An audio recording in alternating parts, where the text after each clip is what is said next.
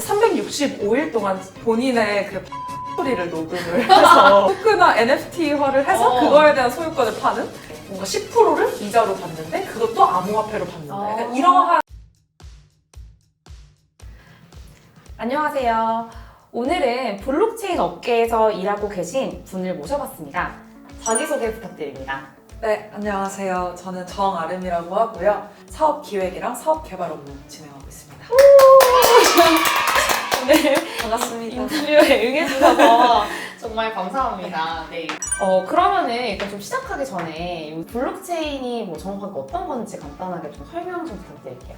우선 데이터를 분산해서 이제 저장하는 기술이라고 이해를 해주시면 되고요. 보통은 저희가 뭐 금융 시스템에서 거래 내역 같은 거를 저장을 할 때 중앙화된 서버에서 모두 저장을 하고 장부를 기록을 하는 방식으로 되어 있잖아요. 네. 이제 이런 것들을 분산화된 이제 저장소들에 이제 다 보관을 하고 데이터의 위변조가 불가능하게끔 하는 기술이라고 이해를 해주시면 됩니다.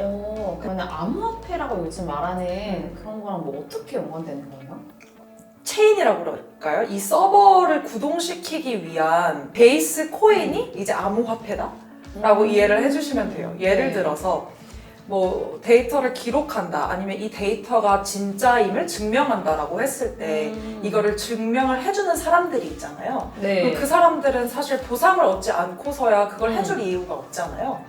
그러면 이제 그런 데이터들을 뭔가 인증해 주거나 아니면 데이터를 대신 기록해주는 이제 보상으로 그런 암호화폐들을 수령하거나 소위 말하는 발굴이, 채굴이 뭐 그런 식으로 이루어지는 건가요? 네, 그렇게 되는 경우도 있고요. 되게 채굴할 수 있는 그 방법이라고 해야 될까요? 이게 꼭 채굴이 아니어도 되고 발행되는 그 이유들은 사실 정하기 나름이에요.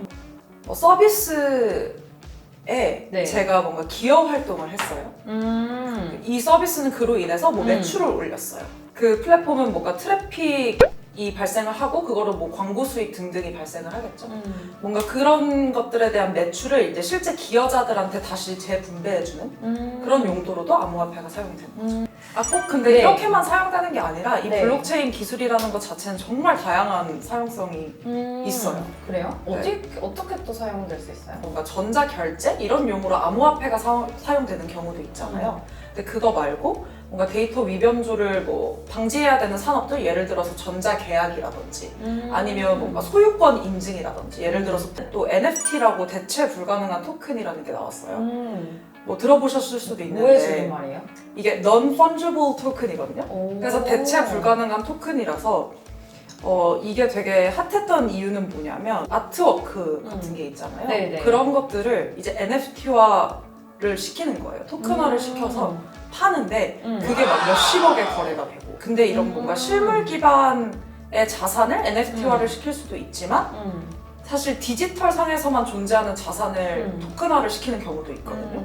근데 지금 토큰화라고 하는 개념이 그러면 예를 들면 뭐 앤디 워홀의 뭔가 그림이 있다? 그럼 이거의 소유자가 되게 여러 명이 되는 거예요? 근데 하나의 작품에 대한 소유권을 쪼갤 수가 있어요. 근데 쪼갠다라고 하면 이제 채령님과 제가 이 뭐 앤디 워홀의 뭐 피스를 뭐 반반 가질 수도 있고 아니면 뭐 다른 뭐 지분 구조로 가져갈 수도 있겠죠. 근데 그럼 아까 말씀하신 디지털 자산을 기반으로 해서 하는 거는 뭐 어떤 개념이 있는 건가요? 뭐 게임 아이템이 될 수도 있을 것 같고, 최근에 굉장히 이제 하이프가 있었던 프로젝트 중에 그 NBA 탑샷이라는 프로젝트가 있어요. 그러면 NBA가 그 프로 농구 리그 네. 그거잖아요.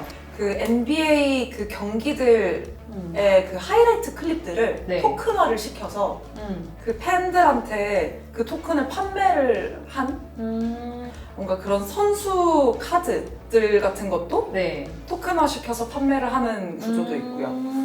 그거 외로도 이제 365일 동안 본인의 그 방구 소리를 녹음을 해서 그거를 토큰화 시킨 거예요? 그거를 이제 토큰화 NFT화를 해서 그거에 대한 소유권을 파는 이러한 방구 소리에 대한 네네, 그게 굉장히 재밌더라고요. 그래서 그런 것들을 이제 판매하거나. 혹시 구입하셔? 아니요 저는 그쪽 취향은 아닌데 그래서 이게 꼭 그런 뭔가 아까 말씀드렸던 MBA처럼 IP를 가지고 있는 법인들이 꼭 뭐 토큰을 발행하는 구조가 아니라 이렇게 네. 개개인들도 그런 토큰을 발행을 하는 건 되게 자유롭게 할 수 있어요. 근데 그게 팔릴지 말지는 이제 뭐 수요자가 있으면 팔리는 거겠죠? 근데 이제 방구소리 같은 경우는 팔렸더라고요. 그래서 그래요? 굉장히 저한테는 신선한 충격이었습니다. 이게 수익화가 결국 뭐 돼야지 구입을 할 것 네네네. 같은데 꼭 그런 맞아요. 개념은 아닌 건가요? 아니면 뭐 언젠가는 방구 소리도 수익이 될 거라고 생각해서 구입을 하는 건지. 아, 그래서 이게 2차 유통 마켓들이 있어요. 그래서 우선 아까 말씀드렸던 그런 IP를 보유하고 있는 사람들 아니면 네. 개개인들이 토큰화를 해서 판매하는 게 1차 유통이라고 하면 유저가 그걸 가지고 있을 때 말씀하셨던 것처럼 네. 현금화가 가능해야 되잖아요. 그쵸. 그러면 이게 P2P 마켓이 있어야지 현금화가 가능하겠죠? 네. 그럼 유저들은 본인이 어디선가 구입한 그 NFT들을 거기서 이제 판매를 할 수 있는 거죠. 근데 그것도 물론 수요자가 없다면 팔리지 않겠죠? 이 NFT라고 하는 거랑 되게 유명한 화폐들 있잖아요. 비트코인, 이더리움. 비트코인, 이더리움 이런 거랑의 차이가 뭐예요? 우선 비트코인이랑 이더리움은 이게 대체 가능한 토큰이거든요. 예를 들어서 제가 1비트코인을 갖고 있어요.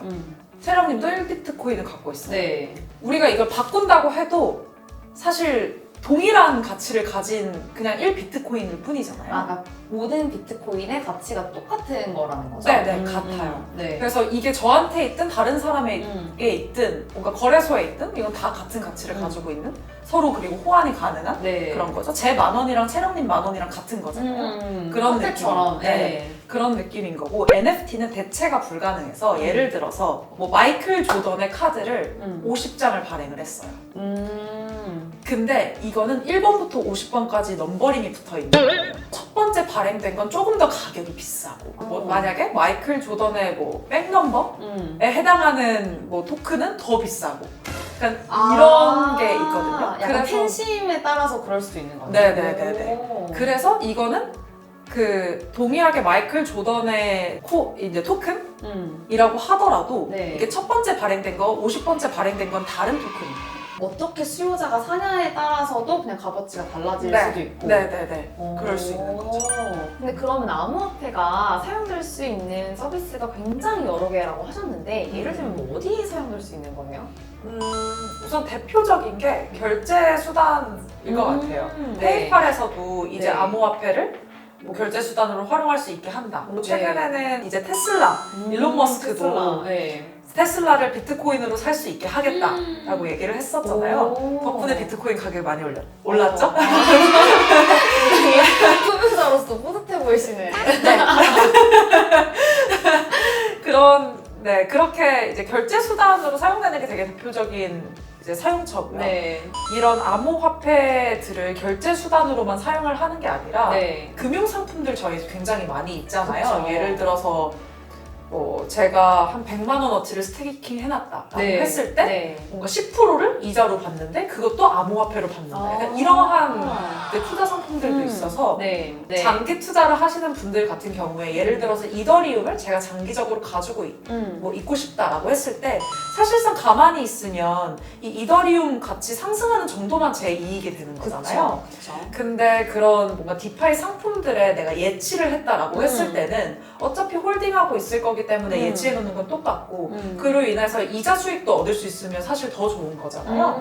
그럼 그런 예치 상품들에 참여를 해서 이자 수익도 부가적으로 얻어가는 이러한 사용성도 있는 거죠. 지금 은행에서 현금으로 하고 있는 상품이 암호화폐로 대체가 된 것 같아요. 네, 스테이킹도 예금 개념인 것 같고. 근데 그럼 이게 나중에 기존의 은행을 이런 비트코인이나 이더리움 같은 암호화폐가 대체할 수도 있을 거라고 좀 보시나요? 그 굉장히 어려운 질문인데. 언젠가는 할 수도 있다. 근데 빠른 시일 내는 어렵다라고 생각을 하고요. 네. 우선 어려운 이유는 은행 같은 경우에는 뭐 회원 체계라든지 그런 자산 관리라든지 그런 걸 국가 단위로 각각 하고 있잖아요. 그쵸. 근데 암호화폐라고 하는 거는 사실 국가에 국한되어 있지 않고 국경을 뛰어넘는 네, 전 세계에서 통용되는 화폐이기 때문에 사실상 한국에 네. 있는 이런 은행들의 업무를 뭔가 네. 암호화폐라든지 이런 블록체인 시스템으로 대체한다라고 하면 사실 전 세계가 정말 하나가 돼야 되고 각 국가나 정부 기관에서도 그런 것들을 다 인정을 해줘야지 가능한 부분이라고 저는 개인적으로 생각을 하고 정책적으로도 굉장히 네. 서포트가 돼야 된다. 근데 이제 각국에서 이 암호화폐 관련된 규제도 굉장히 다 다르거든요. 이런 부분들을 더 맞춰가야 되고 그 과정에서 이제 전 세계가 동기화가 돼야 되는 싱크로나이즈가 돼야 된다. 그런 상황이 이제 와야지 가능해지지 않을까. 완벽히 이게 리플레이스를 하는 거. 그렇게 저는 개인적으로 생각하고 있습니다. 상당히 먼 미래에는 네, 언젠가는 상당히 저희 비트코인이 네. 1억이 훨씬 넘는 3억이 되면 가능할 수 있다. 3억이 되는 게 오히려 더 빠를 수도 있다. 되는 게 네. 그렇게 생각합니다. 네. 알겠습니다.